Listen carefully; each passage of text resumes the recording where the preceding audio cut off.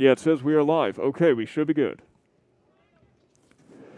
Well, if you're just joining us, ladies and gentlemen, we apologize for the technical difficulties, and we apologize that you missed the opening goal from Johnny Kibe, so we might as well show it again real quick. On a penalty kick, Johnny Kibe put a low hummer right into the net, and it is 1-0 with 27 and a half minutes remaining in the first half. Thank you very much for joining us on YouTube, and we sincerely apologize for the technical difficulties, though really they were inevitable.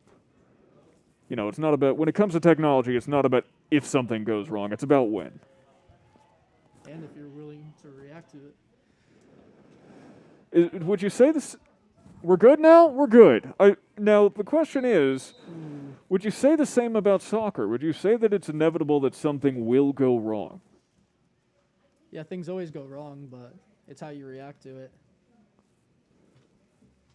Sometimes teams put their heads down after they go down a goal or two. I feel like that's what happened if you've ever watched the Barcelona-Bayern game when Barcelona went down by 2 or 3, and then Bayern just kept at them. Barcelona put their heads down and just got absolutely destroyed 8-2. Putting your head down in determination, not putting your head down in shame. No, they put their head down in shame, and it cost them big time. Well, let's hope it's in determination from here on out for both teams, as we're hoping for a real good, clean contest here. The Redhawks, a record of 2-1. The Red Rams, a record of 3-2. Might as well restate some of what we said at the beginning of the broadcast if no one saw it. Ooh, that is Ryan Offside. Brazel's second offsides. And if he stayed on there, it probably could have been a goal. You just got to watch that last center back. Well, you know, it's tough to see down there. At least it's not as easy as it is up here in the broadcast booth to be able to tell where your position is relative to that last defender. Sometimes it's just purely based off instinct, a striker's instinct. Is it a bad thing to have such an aggressive instinct, though? If you're called offside more than once, doesn't that just mean that you're playing aggressively? My father has always told me, as a striker, if you're not called offside once or twice, you're not doing it right. So Ryan Brazel, excellent striker then. As long as he doesn't do it constantly. Now, the more he does it, that means the better he's doing that. Because he's getting called, the more he's getting called, the more aggressive he is. I never looked at it that way, but maybe.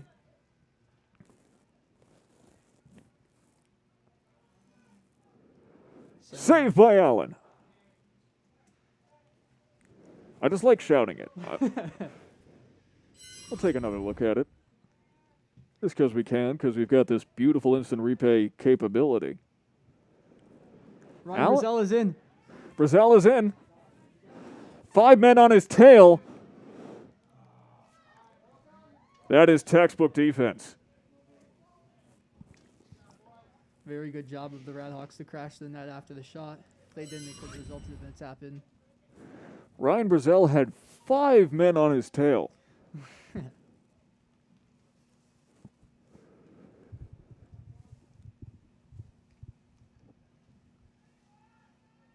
So it looks like they're looking corner kick once they figure out where the ball is.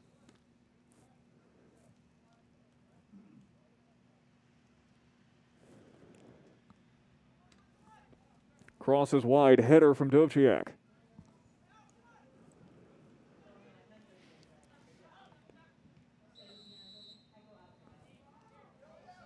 Now tell me, what was that stoppage? I have no idea, to be honest. Yeah, me neither. That's what I was asking you. As we see Nate Dominicos and Anthony Bertone come into the game, subbing off Ryan Brazel and Sam Bobrek. We'll see how that affects the JD tactics. Well, if you were Coach Dan Law, how would you modify the tactics in that regard? Well, I'd have Anthony Bertone play as more of a central role, win headers, flick Nate Dion, who has a bit more pace, and then get the ball out wide and have Anthony Bertone head the ball in. Now, the Red Rams last game did do a great job of keeping the ball out wide.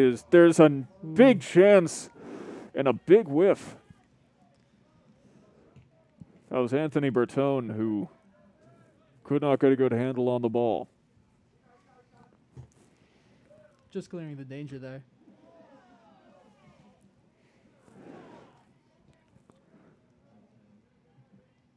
And there's a stop by Cooney. You know, one of the things I've really liked about watching the Red Rams this season is that ever since that game against Baldwinsville, that home opener, they've really kept up the aggression. They've not been afraid to get physical out there. Oh yeah, they use their aggression because against those Class AA teams, you need to. And it's great to see that they've kept it up against the Class A teams as well. You worry a little bit about stamina as the game goes on, but if it's getting you results. Tackle. That could result in a yellow card, at least a talking to. And it did knock Dovciak's beanie off, and that counts for a lot, as we'll take another look at it. Yeah, that was brutal. Andre Dovciak has been very good about putting these crosses into the box, though. But we're going to see Thomas Sabatino take this one. No, the Red Rams have been very unselfish. They've been very selfless as the game has gone on. It's not about who gets the score, it's about who's closest. Red Hawk header will clear some danger.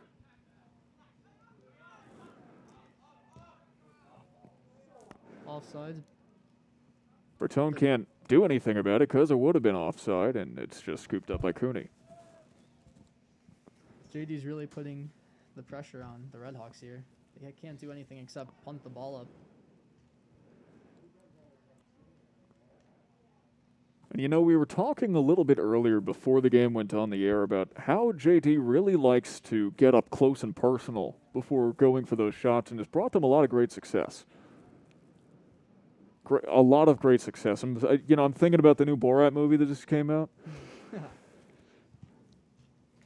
I mean, have they even had a goal outside the box, or have they just all been results of like a cross or like inside the box opportunity? Well, it's funny you should mention that, because we happen to have a graphic, the Red Rams score report presented by Huddle, simply because we stole this graphic off of Huddle.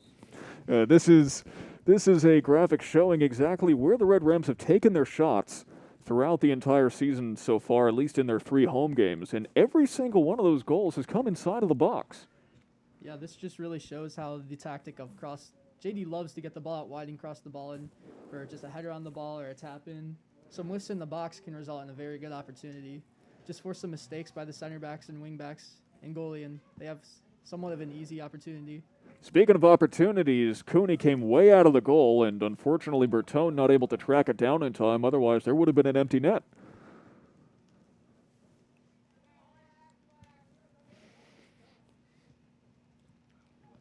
The Red Rams playing with just 17 players on the bench today. Counterattack. Counterattack coming. And you see JD midfield and like defenders all going inside that box trying to prevent the cross.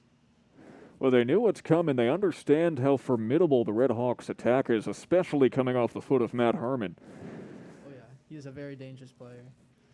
If you missed the opening, Matt Herman, 5 of Central Square's 8 goals, including a hat trick against Auburn on the 13th. In addition to 2 assists, he leads the team in both of those categories. He is a one-man army. Meanwhile, a shot could not get off from Central Square. The Red Rams have done so much battling out the midfield, not only in this game, but throughout the entire season so far. They are very good with their heads, yeah.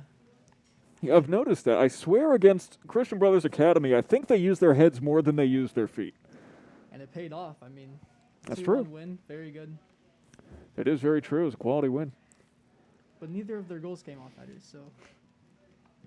Meanwhile, we're within 19 minutes, which means the next natural stoppage of play should be the 2-minute mask break.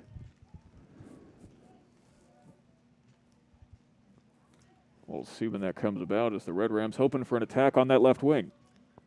I've noticed how well Johnny Kaiba has done getting into that midfield role that he usually does not play. But well, that's the mark of a natural athlete, especially someone with great instincts. And Kaiba, Yale commit, he's clearly smart. The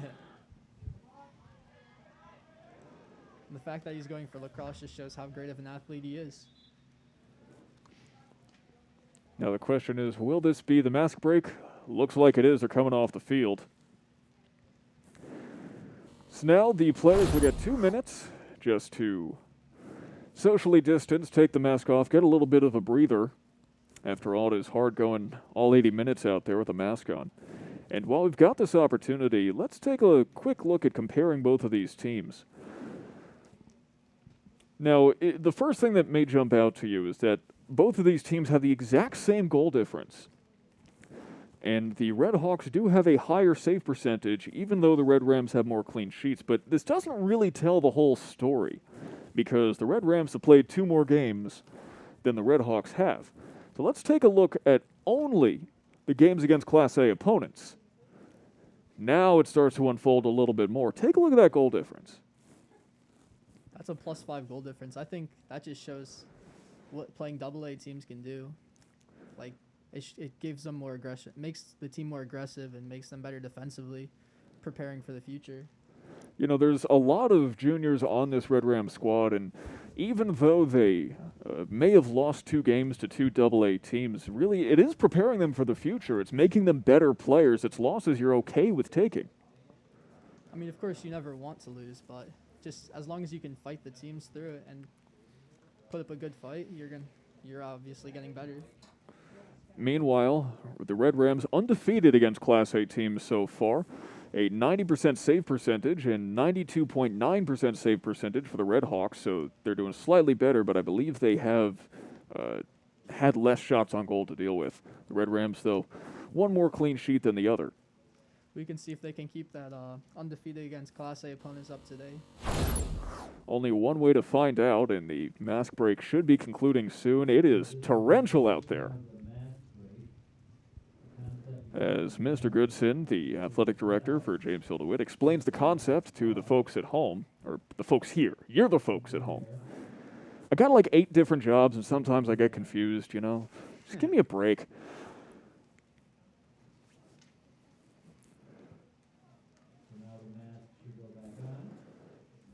Someone in the comments says, I want to sass the commentator. Sass away. I'm sassing you right now.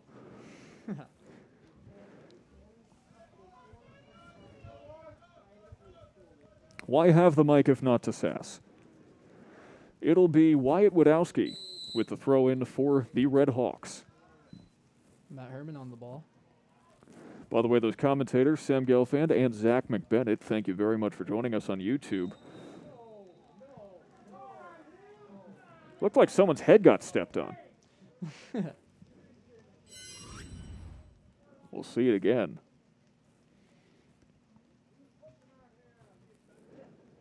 That was a big push. Even though JD has been aggressive, no denying that was a foul. The free kick into JD, and Dovciak accidentally sends it the opposite way, but there's the defense coming into play. Matthew Sweeney trying to slip Ryan Brazell through. Handball.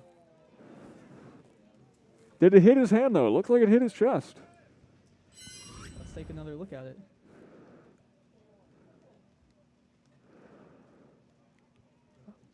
It looked like it might have been close. He may have put his hand up instinctively. It may have caught a thumb or something. Maybe his hand was in a playable position, but... Header by Matt Sweeney. Possible shot on goal, and it's wide right. Now let me ask you, when you've been playing soccer for as long as these guys have, most of them playing for over 10 years, do you kind of get embarrassed when you get called for a handball? Like it slipped your mind and you just kind of forget? Sometimes it just happens. Sometimes it just hits it and the play's done, but it always happens. Sometimes you do it intentionally to save a goal, even if you're not the keeper. Yeah, you're hold the mic a little bit closer to you. Yeah, they yeah, Zach and I are sharing the same input on the mic, so he's just got to move it a little bit closer. Keep it like yeah, around there, a little bit in front of your mask. Try saying something.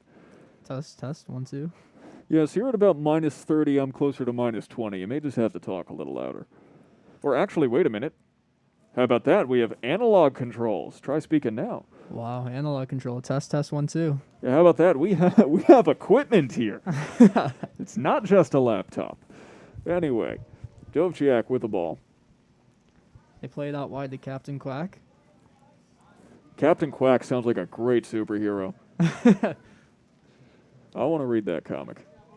I know that's what all the boys in practice call him. I know that the Marvel Cinematic Universe is currently furiously jotting down ideas. That'll probably come out sometime in 2036. It does have a nice ring to it. Captain Quack. Captain Kybe. What's Captain Quack's superpowers? I don't know. Maybe turn into a duck. That could be useful. Yeah, no one suspects a duck. Exactly. Get you out of a lot of sticky situations. Where'd he go? I don't know. There's just this duck here. Captain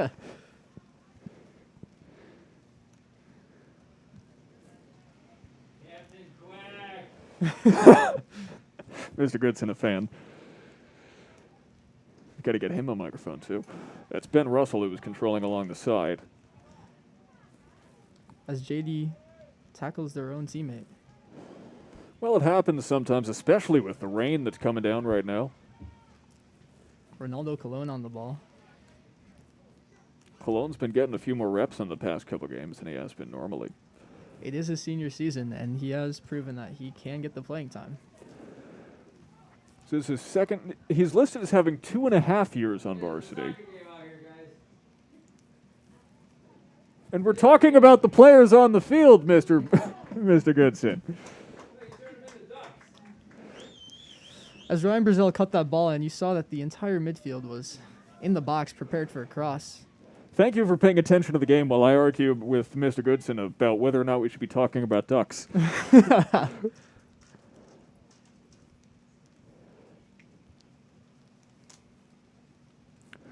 I don't know how helpful being a duck would be in a soccer game, but Probably have to do more headers than anything. Not very long legs on a duck.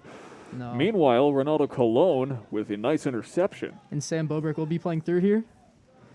Ryan Brazil should be getting into the box. Bobrick running for his life, and so was number 18, Patrick Johns, who made sure that Bobrick wouldn't be able to do anything with that. The tactics of the JD is to get the ball out wide and get crosses in. Sometimes it's from the strikers or the wingers, but there should always be a man inside the box to at least challenge the ball. Somebody just subbed in. We're following. We're getting heckled in the broadcast booth. TJ Tanner, the sophomore of JD, has subbed in. There you go, Mr. Goodson.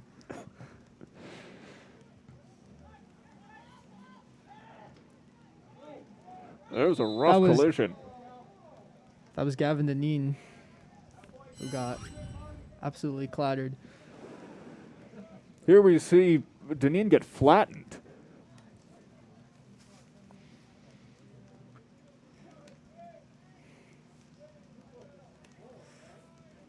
Just completely ran over. And a free kick is coming, and rightfully so. It'll be Dovciak taking it.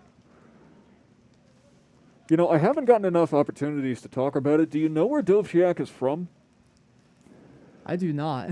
So Dovciak is from a town in Slovakia called Banska Štiavnica. It is a preserved medieval town in the middle of a dormant volcano. How long did you practice the pronunciation on that? Like 30 seconds. The little caret sign over the S just means that it's a sh sound. Oh, okay. So Banska Štiavnica, Slovakia. In the middle of a dormant volcano. That's awesome. I know. I mean, it's awesome until, it's not so awesome. Well, that's true, but it's it's what's called a caldera, which means that it's more of an extinct volcano. You're getting your geology lesson here when you're meant to be watching soccer. But hey, you're learning more. Hey, there's an effect of the rain. You saw that. I believe that was Ryan Slipped Watrous. on the ball. Ryan Watrous turned into Ryan Wetris for a moment. Ryan Brazil places to Andre on his left foot. And it's poked out by the Redhawks. TJ Tanner has really been able to prove his mettle over the past couple games. We had all the serious soccer discussion when the stream wasn't working. And they missed it all. That's all right. If you see the high press coming from JD, it's just forcing them to kick the ball right back to their starting backs that are very willing to take it. And Dovchak got kneed in the gut. The crowd is getting anxious now. Oh, they're not happy about that. We'll take another look. Dovchak playing aggressively, and he took a high knee right to the midsection, around the solar But the foul plexus. was from him. If you're a referee, I have to imagine you have to be calling it a little more lenient today as you realize, some fouls may not be intentional. It's just struggling to get footing on the wet turf. Ryan Brazell is offsides again. He's getting better as this game goes on. If you missed it earlier, we were talking about the more times you're offsides, it could lead to the better striker you are. Because it means you're playing more aggressively. So that's his third offside today, which means that he's on his way to replacing Bobrick for the top striker on JD. Bobrick, of course, actually no longer the top goal scorer after Max McCall scored 2 in the last game, but he is still leading the team with 2 assists. That is a long shot. That was more sniping with a shotgun. You weren't getting any targets on that. Big line change coming from Central Square right now, as they are still down 1-0 with less than 10 minutes remaining in the first half. This game is just blown by. I know, it's been an exciting one, actually. Very close, back and forth. I mean, they might not know that, but we've been talking about, like, superheroes and stuff, so it's been fun for us. Yeah, time flies when you're having fun, but, as much as you enjoy the game of soccer, while you're out there, you're probably processing every single second, just trying to do everything you can to. And again, Ryan Brazell offsides. And it seems like the JD tactic on these goal kicks is to have Sam Bobrick be right in the middle of the field and win the header and flick it on the Ryan. But Ryan Brazell, 4 offside in the first half. What a spectacular striker. Brilliant. Just brilliant. Now that we're doing soccer, I love using that word. Brilliant. Here comes the free kick from Patrick Johns. Why do I even need these rosters here? We're not talking about them. Talking about Captain Quack. Mo Hajari.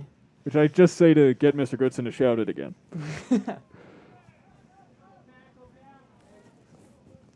Matthew Sweeney has been a rock in the back for JD. And Wyatt Wadowski doing his best to fight for it as he has player. all game.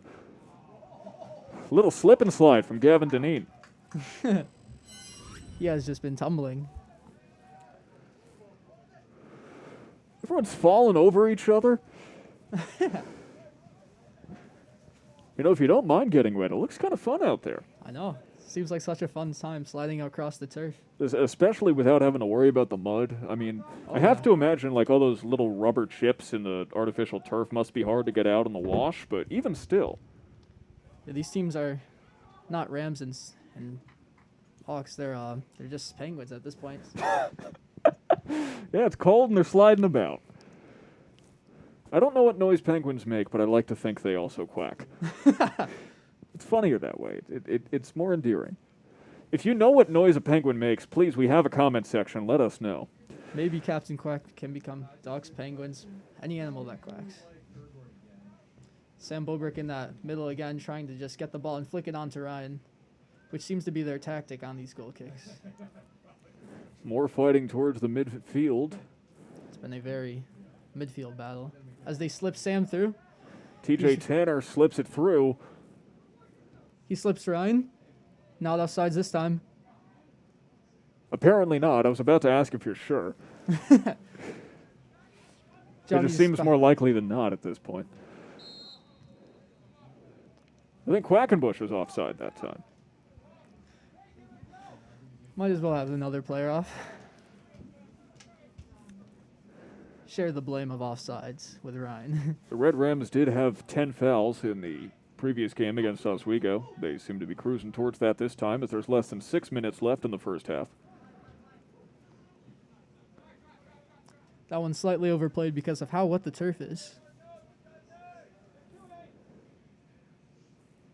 throw in by Wadowski. Thomas Sabatino winning the ball.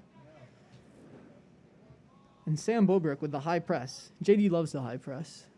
They do love that aggressive attack, and the Redhawks compensating for it with 4 defenders.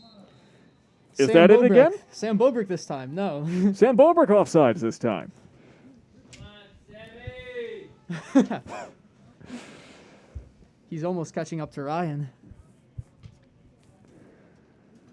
Should we start guessing who's going to be offside next? Whoever wins has to, everyone else pulls in for a pizza or something? My guess would be on Ryan. I can't say we're doing the G word. I don't think that's allowed. Educated guessing, let's call it that.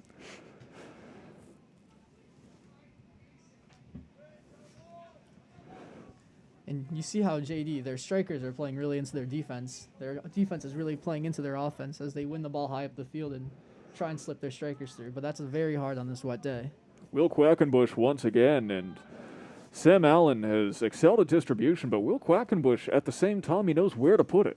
Ryan Brazil, I win! You win! Is that 5? That is indeed 5. I don't 5 think that one was offside. offsides, though. From up here, it looked like he might have held his run perfectly. I question the offside call, but it's better for our merrymaking. Have you ever seen the tradition? I think is it at Texas A&M or Texas Tech? One of the colleges in Texas on the baseball fields, when someone walks, they start chanting for every ball the pitcher throws. I've never heard that before. They go like ball 5, and then he throws another ball and it's ball 6. We should start doing that with offsides. Yeah. Offsides. And you have to imagine how many opportunities have the Red Rams, I don't want to say wasted, but lost through these consistent offside penalties. I have no idea, but one can only hope that it would not cost any goals from JD's point of view. Well, you have to imagine, when the very nature of offsides almost means you have a chance at being able to advance towards the goal. So That's why so often it's the striker offsides. Anthony Bertone. is he going to do it? He is not off this time. Not this time. And neither is Adam Cooney, still very much on his game with another stop.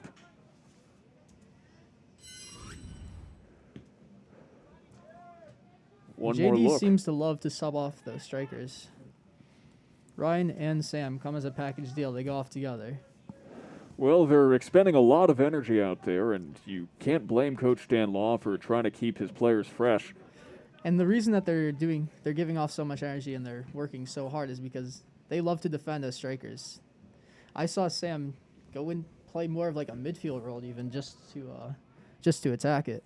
It's Texas A&M. I was just corrected with the ball 5 chant. So we should do the Texas A&M thing with offside, The pure speed by Johnny Cobb. but just not a So good enough athletic. finish. Was it a finish or a pass? It may have been a pass to Nate DiDomenico. If so, it was a little ahead. DiDomenico yet to score or have an assist this season so far. Well, the increase in playing time is because of the amount of people that are at home quarantine for JD. Both teams playing short today, as Mr. Goodson seems to be looking up the ball 5 chant. And they're going to slip Anthony Bertone. Also, I just want to point out, Mr. Goodson not paying attention to JD Soccer right in front of him. 1.5 minutes remaining in the first half, as the Red Rams currently up 1-0 over the Central Square Redhawks. They've gone off. So you click They've share. gone up off a Should penalty be somewhere from down there, Johnny and then you Cobb can. if you missed it on stream. I want to put it in the chat, though. Yeah, so you. That ball given up in the midfield could lead to a counterattack for the Central Square Redhawks. But a very good sliding tackle from Matthew Sweeney. That was great aggression and just held back enough to make sure that it wouldn't be called for a penalty either, or a foul. Exactly. I don't know. Whenever I'm playing FIFA, I'm still yet to hit the slide tackle button and not get called for a yellow card. I don't know what I'm doing wrong. Ooh. Oh.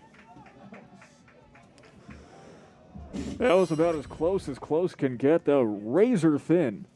Johnny Kibe slicing through defenders. Very nice. Liked what you did there. Here's the cross.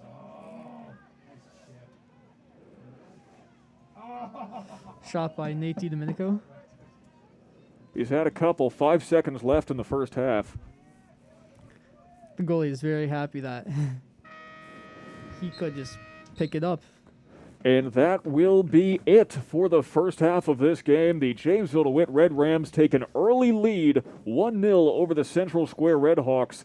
And it's just been a battle with the elements ever since then. Both of these teams heavily affected by the rainy weather conditions. Only one way to find out who's going to have the better shot at battling it for the rest of this game. We still got 40 more minutes to go, but it's going to come up in about 10 minutes. So stick around. We'll be right back. Sam Gelfand and Zach McBennett here for Jamesville-DeWitt Athletic. Thanks you so very much for joining us live.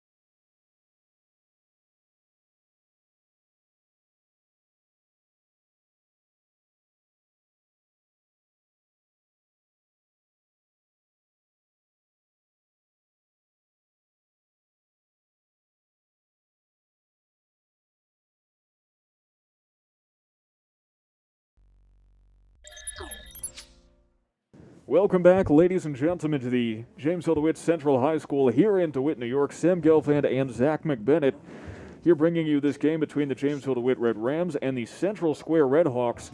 The Red Rams took a 1-0 lead early on within the first 10 minutes of the game, and the score's been consistent since then. They have been battling the elements as we are about to get the second half underway.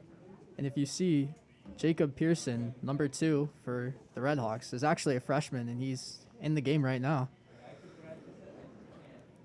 The Redhawks do have a young team. We got a shout out from a parent. They were happy about it? No, they were not. They're not watching. Well, it's already in the game. It's kind of like voting, you know? If you don't vote, no reason to be unhappy about it. If you're not watching, why complain about the broadcast? And if you see the amount of the red shirts in the box right there waiting for the cross. You know, if there's one thing that the Red Rams have been good at this season is there's a nice stop by Cooney. It's swarming. They can swarm like no one's business. The second they lose the ball, they just get it back. And I think this high press has been working so well for them, right? Oh, wow. I think the high press has been working very well for them because they can't really, the center back can't exactly play it around the back because the wet turf forces mistakes. So I guess if the turf wasn't so wet, this high press wouldn't be working as well. But the fact that it's just rainy conditions out means the high press is working very well, and they can win the ball really high up the field, and their defense can lead the offense. And look how far the ball is rolling. That is a desperation clearance from the Redhawks. If he didn't put that one out of bounds, then that could have been a shot on goal attempt and more. Oh, yeah. Clear. It was a good decision to clear the ball there. Now here's an opportunity. Ryan Brazel tackled his own teammate. Not offsides this time. Not offsides. Well, he might be soon. We'll see. Gets around two defenders and a third. Good stop by Cooney. The ball did not have enough hook on it to be able to get more towards the net, but it was still a very nice save. When you're shooting the ball from that angle, usually you want to curl it around in the air. You're supposed to hit it with more of the outside of your foot and just like curl it around the goalie's hands. Bend it like Beckham, et cetera, et cetera. Yeah, basically. You don't usually go for a power shot there. Am I dating myself when I say that? How about this? I remember what a VHS is. I do. I think I remember. I'd watch VHSs when I was You think? like 2 or 3. After that, it was all CDs. Oh, that header could have been a goal, and that was rightfully a foul. And he's going to get a talking to, maybe a card. There's a yellow card. Yellow card for Moho Jari. And his first JD start.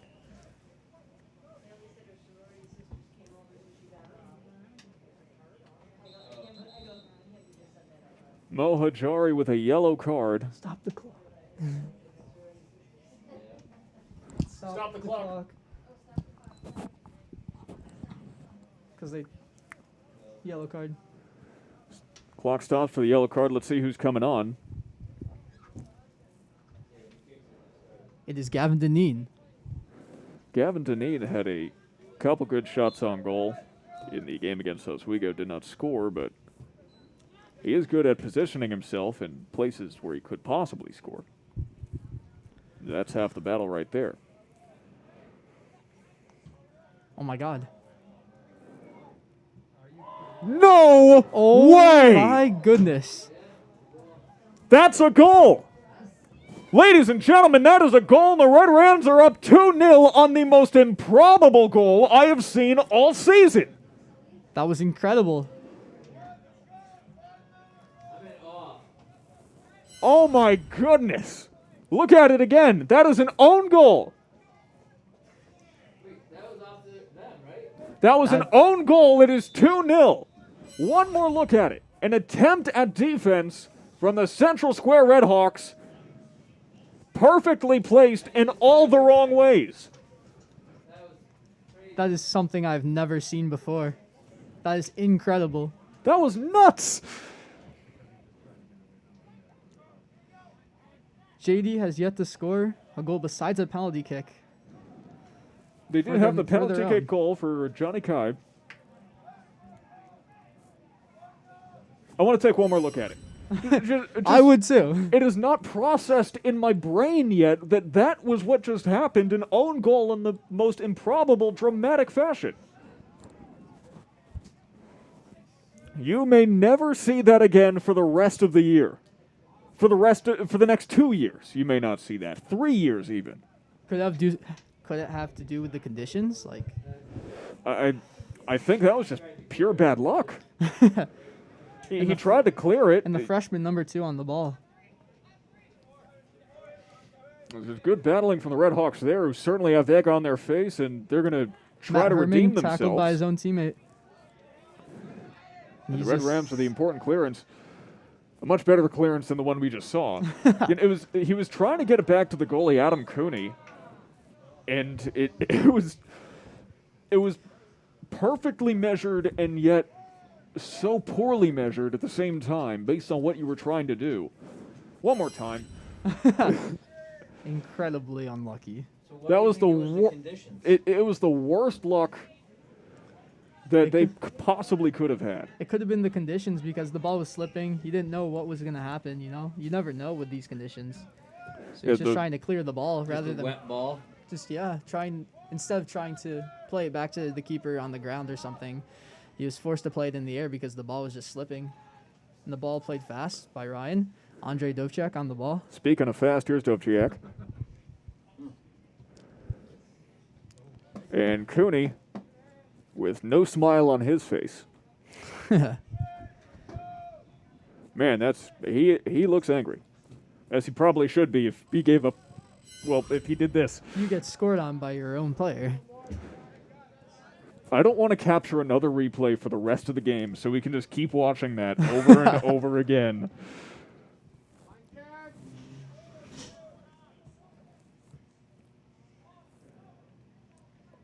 You know, the weirdest things happen in sports. That was 1 in a million. I know we might not ever see something like that ever again. Enjoy it while it lasts. That's the only time you're going to see it in your career. I swear you'll never see anything like this ever again. Who was that you're imitating? Oh, that was my imitation of Aguero's goal against QPR to win them the title a couple of years back. Bless you. Much better defense this time from number 15, Brandon Radley.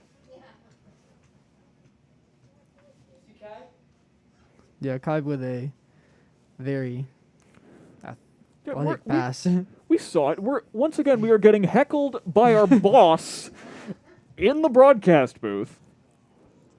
Ball over everyone, but to Captain Quack. Captain Quack in the corner. Captain Quack has had many. Ooh, Oh, the little chip shot from TJ Tanner overshot the goal. And unfortunately, we can't watch the own goal again because we got to see this. header won by Captain Thomas Sabatino to set TJ Tanner up for that shot. Hey, we got like a good 6 replays out of that own goal, so you know at least we got some mileage out of it. So there's 33 minutes left in the game. And back to what I was saying about Captain Quack, he has had many injuries to his right ankle, so that has forced him to work on his left foot, and it came into use there. That left-footed cross led to a very good scoring opportunity for the Red Rams. And here's Kibe now poking it out. And an errant pass. Kevin Kirshner will throw it in. Ryan Brazel on the ball. Ryan Brazel is one of the shiftiest players on this team. Sam Bobrek, Bobrick, no one there, and it's in! that's where coming off sides is not coming handy. Sam Bobrick makes it 3-0.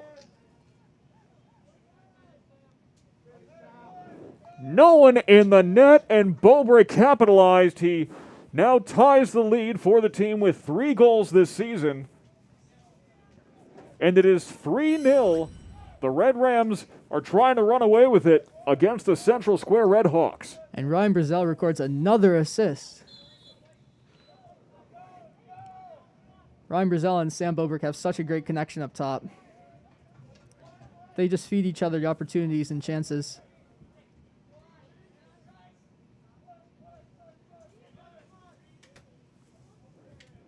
That was Brazel's first assist, I believe, tonight. Tonight, yes. Tonight. It's his second of the season.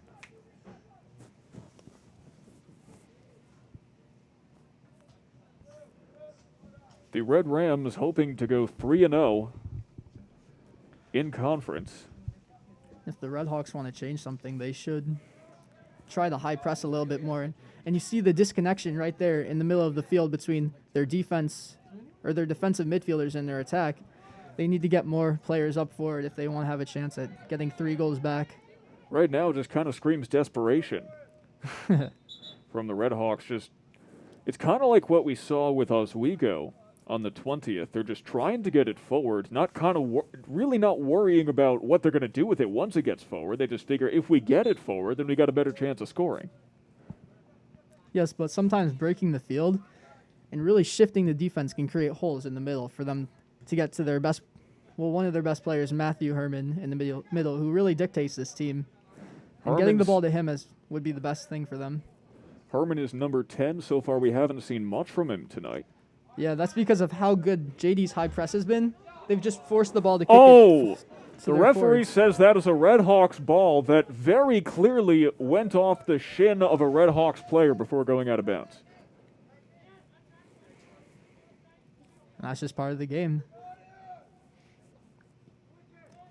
Andre Jovchek using his center back skills there to tackle the ball. Speaking of part of the game, it's the referees get things wrong and Jovchek takes balls away from people. It's just things that happen. Exactly. Just come to expect it.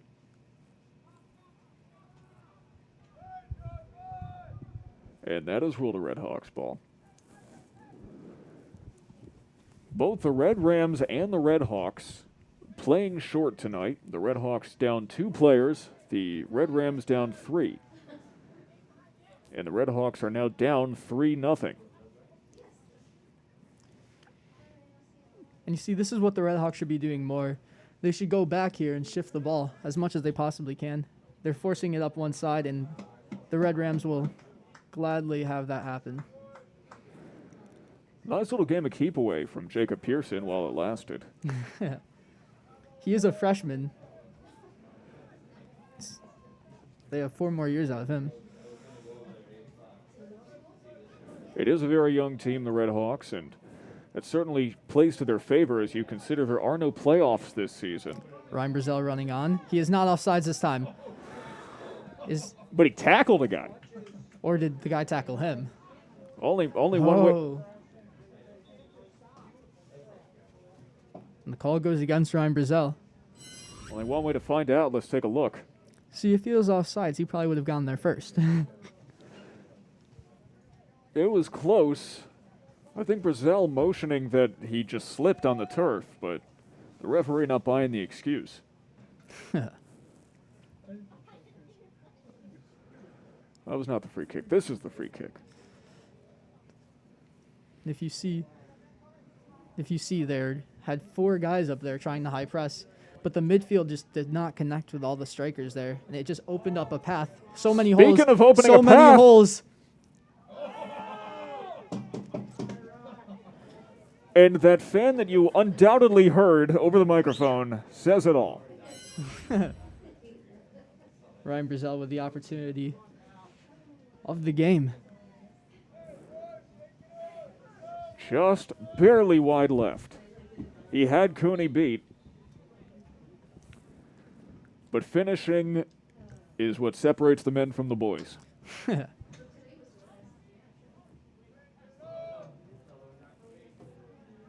And that whole play resulted in four Redhawks being in front of that midfield line. It opened up so many holes for them, and the midfield just not connecting to try and high press. Just led to too many holes. JD took advantage of it. Red Rams forcing holes like Swiss cheese producers. Dry aged and ready for your kitchen table, but not if number 15, Brandon Radley, had anything to say about it. You see Ryan Brazel trying to shake off that miss.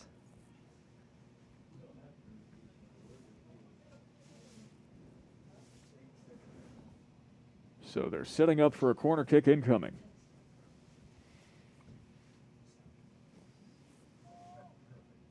Cooney with a punch out. And this could lead to a Redhawks counterattack. It could, but will it? It's not going No, to. because Matthew Sweeney is there to scuff out the attack. TJ Tanner played through. Off the foot, this could be it. Bobrick missed. Or Kibe did he? now. Or did he? Kibe battling at the E. And he is simply overpowered and outnumbered. You talk about the conditions. Did you see the ball? Did you see how that ball was spinning? Huh? It was like this. That could have just been the way it was kicked too. Well, it's also the weight of the water on the ball itself. It That physically goalie was out of the box when he kicked that. it physically imbalances the ball, so there's more of a bizarre spin on it. It's similar to throwing a curveball in baseball.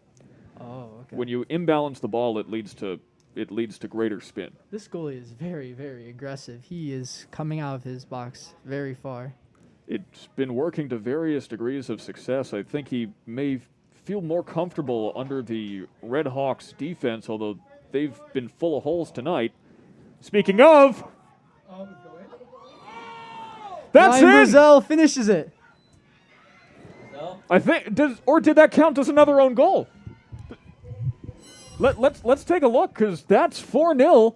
Brazel tries to get it in. That was a touch from the Redhawks. wow. It's a second own goal. It could be 2-2 right now if it was just on the other end. 2 in one night. That is a second own I'm goal. going to get the lotto ticket. Take one more look. Look at the defender. He tries to poke it out, but he gets a foot on it. Oh, wow. Who got their foot on it? Okay, one more look. And take a look on the right side. See, he got a foot there. over there. Yeah, that's an own goal. Yeah, but Brazil earned it. He did because the ball was already going in. Technically, it does count as his goal. So that's a goal for Ryan Brazel. He now has a goal and an assist on the night, doubling his season total. It is 4-0 with 25 and a half minutes remaining in the game. And the Red Rams are back on the attack. Crazy. Sam Bobrick is gassed. You know, you're talking towards the beginning of the game about stamina management and the issues that could cause. And here we see the price of paying such aggressive defense as a striker. Yeah, the high press defense does take a lot out of you. And sometimes you do more energy defending than you do attacking.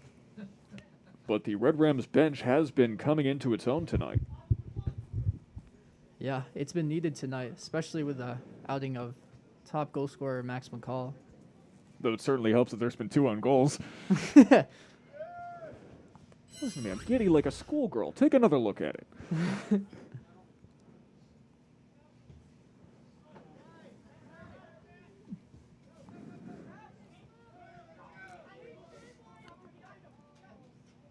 Matthew Sweeney on the ball. And that's what happens when you dribble as a defender. It gets taken off of you. But the Redhawks cannot capitalize. And Sam Bobrick has played through. Bobrick. Well, he's got to slow down. We are talking about the stamina management. He may not have enough in him for one big counterattack. But tonight has just been so bizarre. And here's another Bobrick. Gets Bobrick it in! with the And goal. 5-0. And that's what Sam happens. Bobrick with his second goal of the night. What an incredible finish. He roofed it.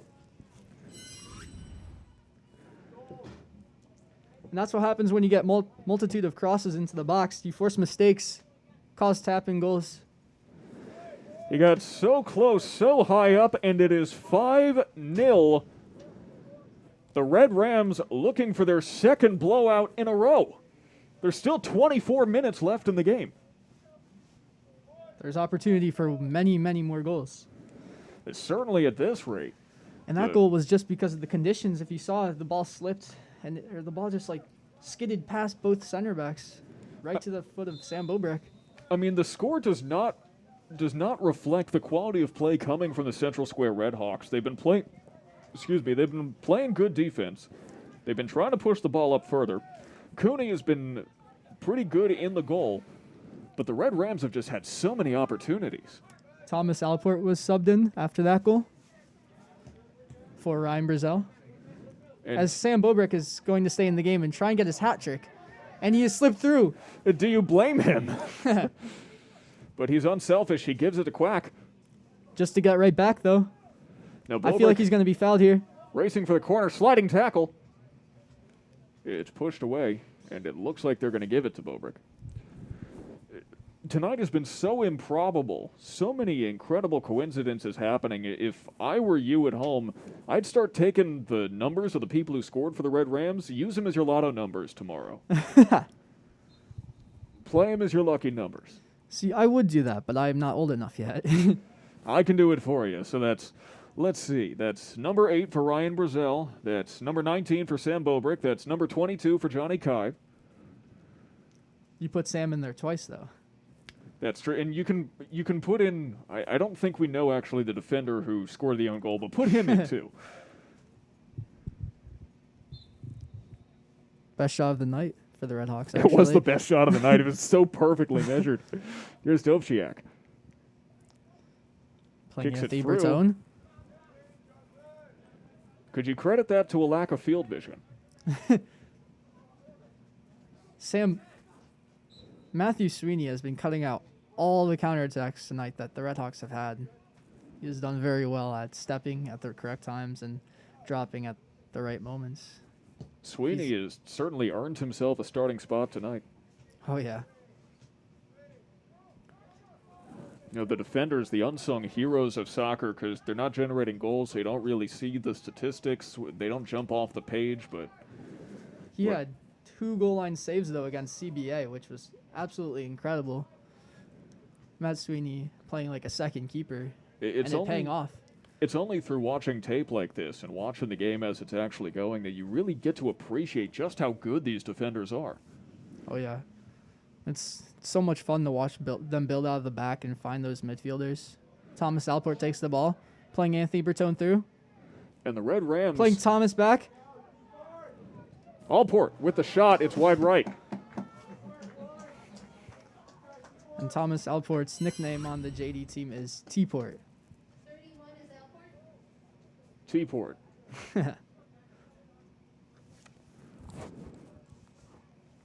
And the Red Rams really do have a top-class defense.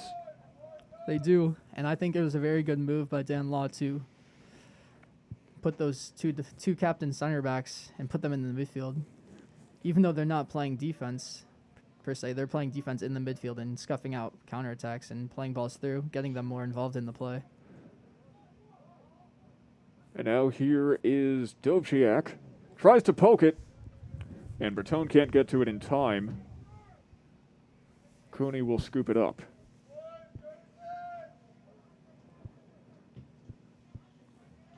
What a game it's been.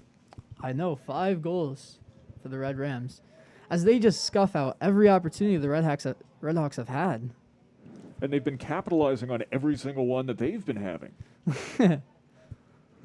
You could say that the Redhawks' best opportunities and best shots tonight came on their own net.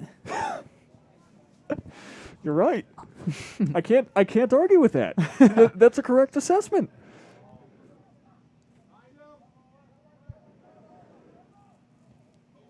Ooh. As Alex We may have an injury. Macchiarello fouled Thomas Sabatino. We may have an injury. Shaking his head. He is able to slowly get up under his own power, though. That is Alex Macchiarello. The sophomore for the Redhawks. It's good to see that he's okay. That's part of the danger that comes with wet conditions like this, is injuries become much more common. And We were JD talking to the just defense. JD just swarmed on the guy with the ball, and he couldn't do anything except shoot it against their legs. So Lucas Geip will throw it in. That was excellent defense. They cleared it 40 yards. It was right in the box, and they poked it right back out. Lucas Bort playing some basketball here. Well, might as well get in some practice. Basketball season should hopefully be starting towards the end of November, beginning of December, as we have some substitutions. As Andre Dovchak comes out. Looks like Kaib is back on. And a mask break. So we have one more mask break coming in. And with this game starting to wrap itself up, let's start thinking about the next one. Join us on Thursday as the Jamesville-DeWitt girls team takes on the Oswego Buccaneers at 6 p.m. special start time. That should be a fun game. Megan Baker hoping to continue her streak of dominance. Meanwhile, coming up after that, a spooky Halloween edition of girls soccer as the Liverpool Warriors come into town. That is at 2 p.m. before, well, I would say before any trick-or-treating, but let's be honest, it's with the current state of the world right now, probably not the best idea to be taking candy from strangers. And speaking of the things going on in the world, might as well talk about some of the ways that the NYSPHSAA and Section 3 athletics are working to keep you and the student athletes safe.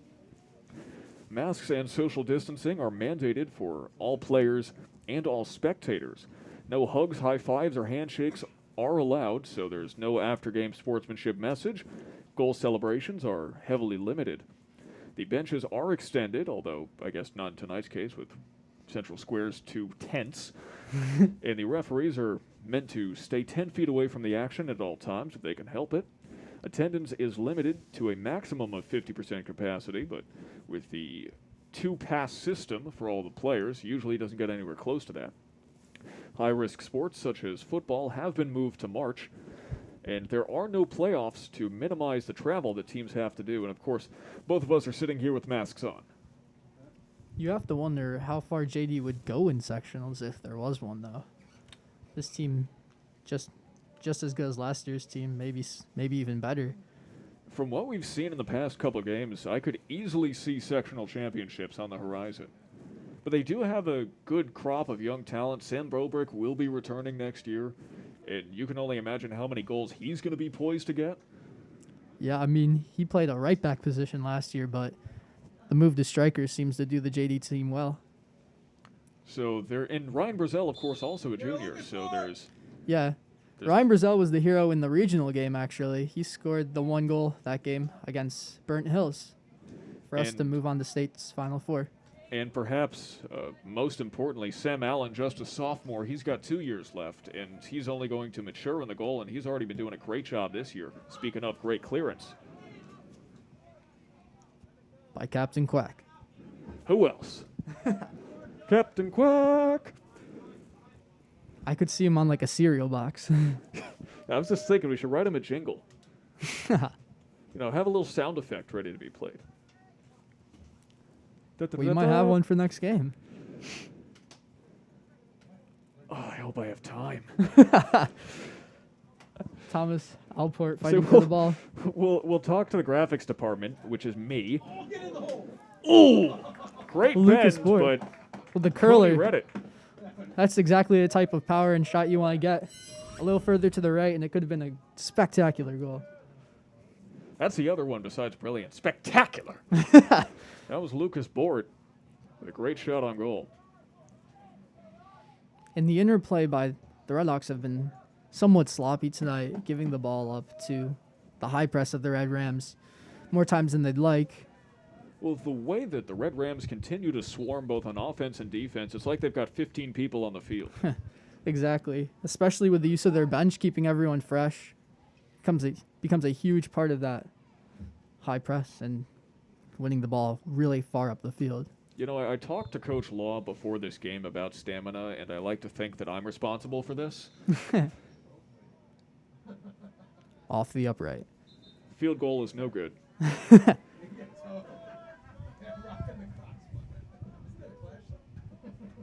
Hey, someone remembers what I said last game. I have fans! Oh, it's fantastic. Well, we're all in good spirits here as long as you're not from Central Square.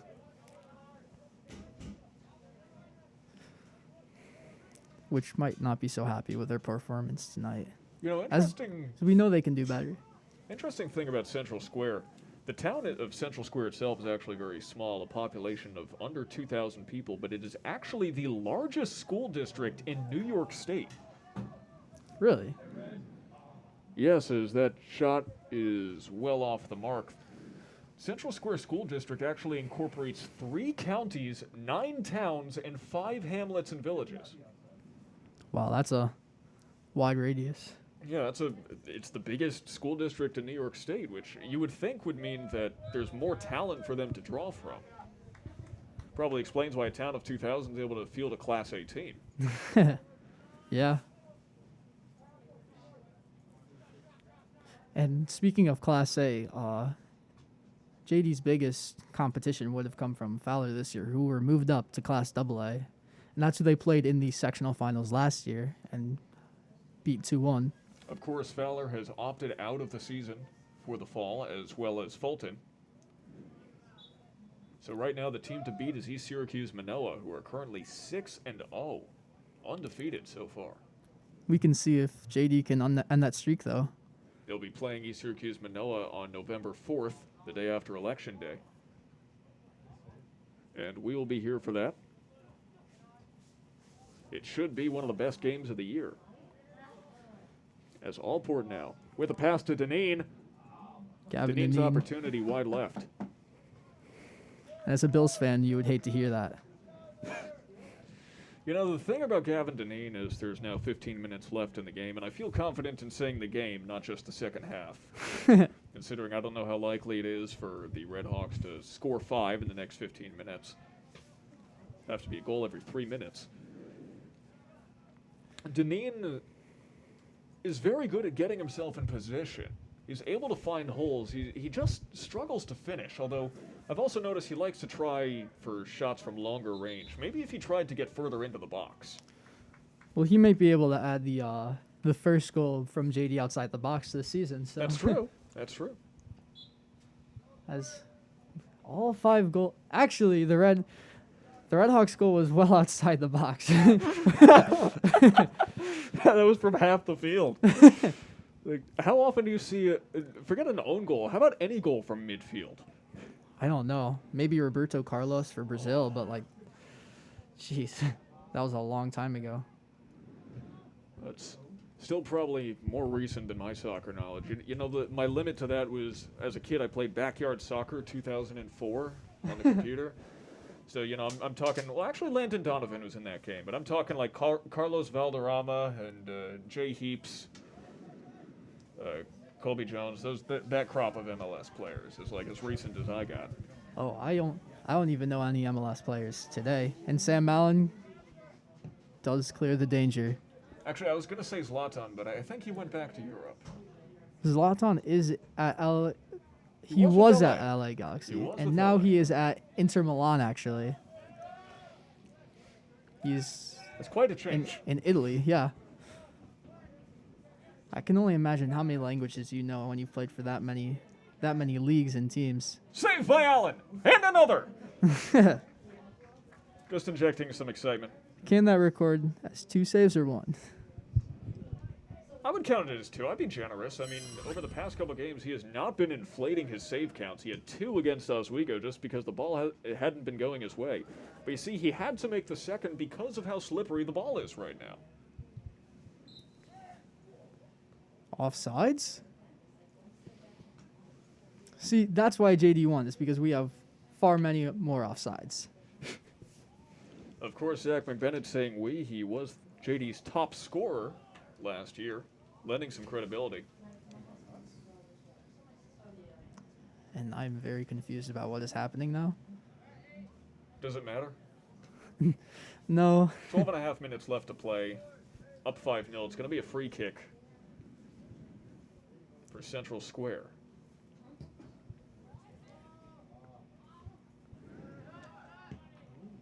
Tries to thread the needle. It's wide left. You know, while we're talking, mentioning you, of course, we couldn't have a broadcast like this without everyone involved In today's production, not only my color commentator, Zach McBennett, but Ryan Cluis, who's doing an excellent job on camera. Who knew all we needed was someone who wants to major in film? All of us working very hard to bring you this broadcast here, live on YouTube, and we thank you from the bottom of our hearts for joining us and making our efforts worth it. There's 53 of you watching right now, it says, so thank you so much. Oh, Aiden Scott, by the way, says the boys are buzzing. That's a saying from last year's team. It's apt as well. It'd be more apt if we were talking about Baldwinsville, The though. Hornets. Or FM. Or FM. You know, they took on the Bees and the Hornets within 15 hours of each other. I can only imagine how stung they got. And speaking of stung, it must sting to, if you're Central Square, to see more opportunities created by the Red Rams. The only losses for JD this year have been against flying insects, so that's not too bad. Are they playing any other flying insects this year? No, they are not, according to the schedule. So that means theoretically they should be winning every other game. If current trends continue, what a nice save by Deneen. Gavin Deneen takes it in. He goes inside. Oh, now he's trying from close, and there's defense by number 15, Brandon Radley. Gavin Deneen does favor that left foot. Is he left-footed? He is indeed. Well, that would be why he favors him.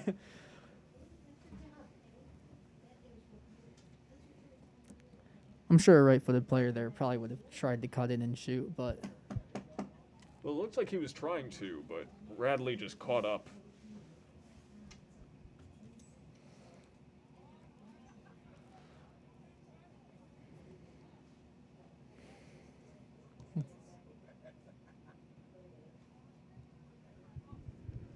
And Matt Sweeney again. Sweeney has the ball, but that was an important clearance by the Redhawks right up against the net. If they want any chance at coming back, they cannot get conceded on again. But at the same time, you know, you've already had 2 own goals. Like if you're not shaping up your play near the goal after that, then you know it's hopeless. And there's still hope. You know, I've seen more improbable things than 5 goals in 9 minutes. For instance, the first own goal. So really anything is possible, especially tonight. We're in the twilight zone. In my 13 years of playing soccer, I've never seen an own goal like that.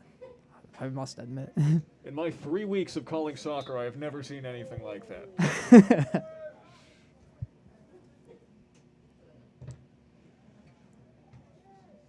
If you see JD, they still have their foot on the gas. They just keep going at him. Well, they're not allowing any sort of content. They're certainly not content with the score, and, you know, I have to ask you, because I brought it up against Oswego, but you're clearly more knowledgeable about soccer than me. Is there an etiquette when it comes to blowouts or large leads? Do you shut it down? Do you stop going for the goal? Or because goals matter so much, do you just keep going for it? Well, this sounds pretty similar to the argument that happened in the Women's World Cup, where there were still women celebrating after they were blowing out England's, which honestly, you only go to the World Cup or you only get to play soccer for so many years. You might as well enjoy it as much as you can, you know? You don't want to have this type of moments cut out. Like, you never know what's going to happen or how it's going to happen. I don't think there is an etiquette to scoring too many goals because, you know, nothing feels better than scoring a goal in soccer. Well, that's true. You know, I bring up the example of football where if you've got like a 3-touchdown lead, then you're just doing runs up the middle to kill time because at that point you just want the game to end. You know, you're not throwing Hail Marys at that point. And that is a extremely dirty tackle. That's a yellow card Well deserved. for Ryan Senf. As we take a look at that, that's Chris Barbuto, who hasn't been doing a lot today. And Number 4 on number 4. looked like his leg just got kicked out of his leg.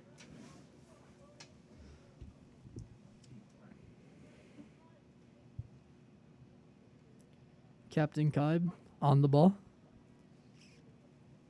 Senf gets booked.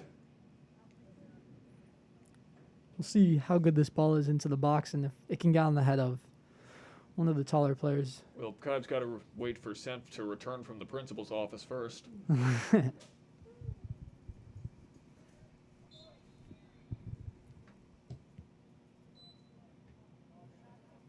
Coney with a big stop. Now, if you're the Central Square Redhawks, what do you take away from this game? For the next couple of practices, I would probably work on trying to connect your midfield and defense a little bit better. I've noticed, and your attack, I've noticed many times where the middle of the field is just completely wide open. While they're going up, the defense stays too far back, or the midfield just isn't connected, and it leads to huge gaps when JD won it back. That's why they're so easily getting through the midfield, is just the huge gaps If I'm between the offense and defense. I'm Central Square, I'd work on not having own goals. Sorry, I can't resist. I like what Sam Allen just did, by the way. I should point it out. The parents were saying, "What are you waiting for? Why aren't you clearing the ball?" He was baiting the Redhawks in before he did it.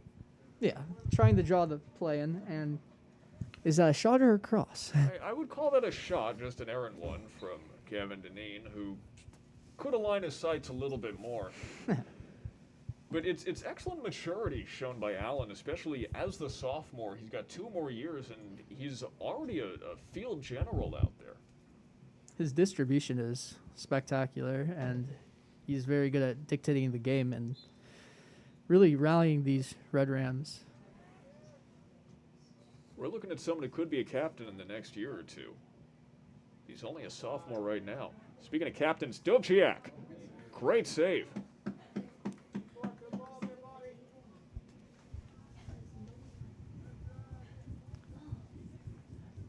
And I cannot remember the last time that the ball was in JD's half. It seems like it's been so long since the Redhawks have had an attack. It's been about a minute and a half, I believe. There's 5.5 minutes left. That's the nice thing about having a clock. You know, if we had another person and everything set up, we might actually be able to get a clock on the graphics too. Just need someone to stop it. That's not going to be me. I'm already wearing 22 hats.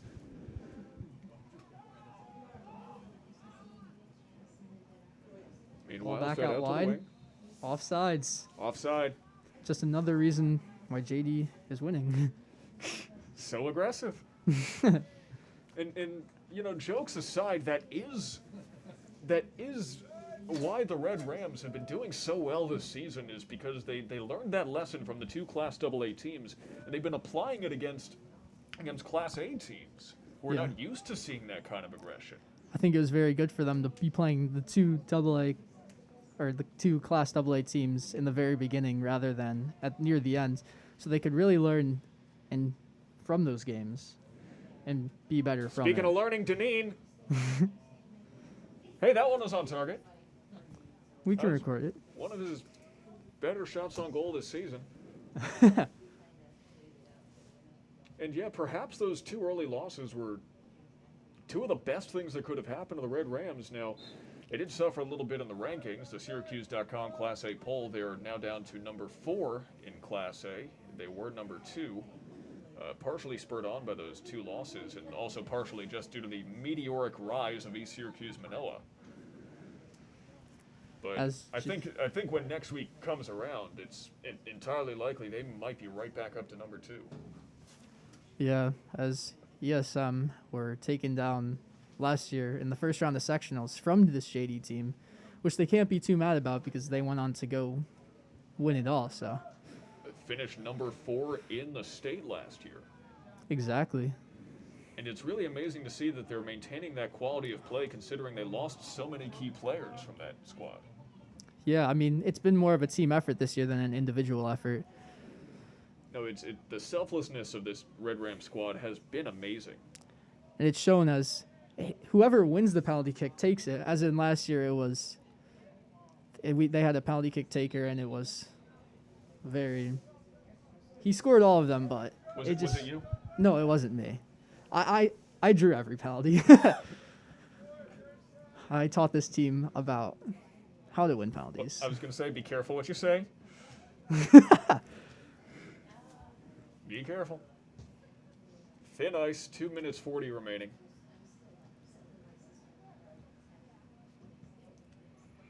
As Johnny drew a penalty tonight, yeah. For their first goal. First of many. That's true. First of many.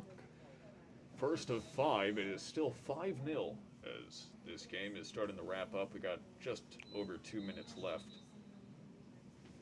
And the final score looks pretty much set in stone, but there's still a little bit of time for the cement to dry.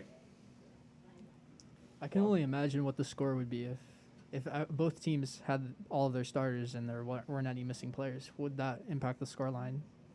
And it's been an exciting game despite the lopsided score. You know, both teams have been playing with energy and fervor, and they've been doing a great job out there. It's just that there have been some very bad breaks for the Redhawks. Yeah, honestly, they haven't even put their heads down and like given up. They've just gotten very unlucky with getting split through the midfield. It's like you talk about the moon and the sun and the stars aligning, and it's aligned in the opposite way for the Redhawks. Between missing starters and the rain and the mask is off for Adam Cooney, you can just see that snarl of his. He's not happy about today's result. And the own goal, yeah. And the 2 own goals. One of them credited to Ryan Brazel, but still they did get a foot on it. They did, but the rule is if it's going in, it counts as the person who shot its goal, even if there is a deflection. And this freshman, number 2, has been playing very well for the Redhawks, despite their... Yeah, Jacob Pearson's got a future for this team, that's for sure. Between the rain and the own goals and everything that's been going on, I just got told penguins growl, they do not quack. Well, I would like to imagine they quack. I think it's cuter. I would love to imagine that too. 1 minute remains. And people are packing up in the stands. Trying to get out of here as soon as they possibly can with the rain. It's very brave of anyone showing up to sit through all of this, honestly. This was 45 seconds. The Redhawks are hoping for one final push. I mean, it's a morale killer when you get shut out. They want to at least get 1 goal to their name, but it's going back the Red Rams' way, and Allen's just going to milk the clock for all it's worth. There's some very positive takeaways from the game for the Red Rams and even for the Redhawks. The Redhawks have learned that they After this game, I'll ask you about some of those takeaways. We got 15 seconds left. Might as well have a little wrap-up segment, while we can. Yeah, all right. I'd like to say that JD has learned about how powerful their midfield can actually be, and if they really utilize it. 3 seconds, 2, 1, and that's the game. The Jamesville-DeWitt Red Rams have defeated the Central Square Redhawks in convincing fashion. Absolute dominance coming from the Redhawks, or from the Red Rams to the Redhawks, as both teams have extremely similar names and colors, and that's been all confusing, but that's been the least confusing thing of this entire game. As the Redhawks have plummeted. So tell me, what are the takeaways for both of these teams in this contest tonight? Well, for the Red Rams, it's pretty obvious that they've done a very good job of high pressing that ball and utilizing their bench, actually, like taking the strikers off so they can continue that high press and continue to win the ball really high up the field and create opportunities from that. And also they have a very good way of playing it from their defenders through the midfield to the strikers as well. Whenever they do get the ball on the other half, they're utilizing their central midfielders to create opportunities. And for the Redhawks, they really need to connect in the midfield. They didn't do as well of a job as they could have of playing it through the midfield and switching the field to create more holes and opportunities, like to get through and into the box to score. They've just booted the ball forward to the Red Rams, which is what their high press has been wanting them to do. For the Redhawks, though, it seems as though they did do a good job of getting the ball out to the wings and trying to create some sort of cross in opportunities. But yeah, that would be my takeaways. But what do opportunities mean when the final score is set in stone? It's only, if you don't do anything with it, it means nothing. So our final score is Red Rams 5, Redhawks 0.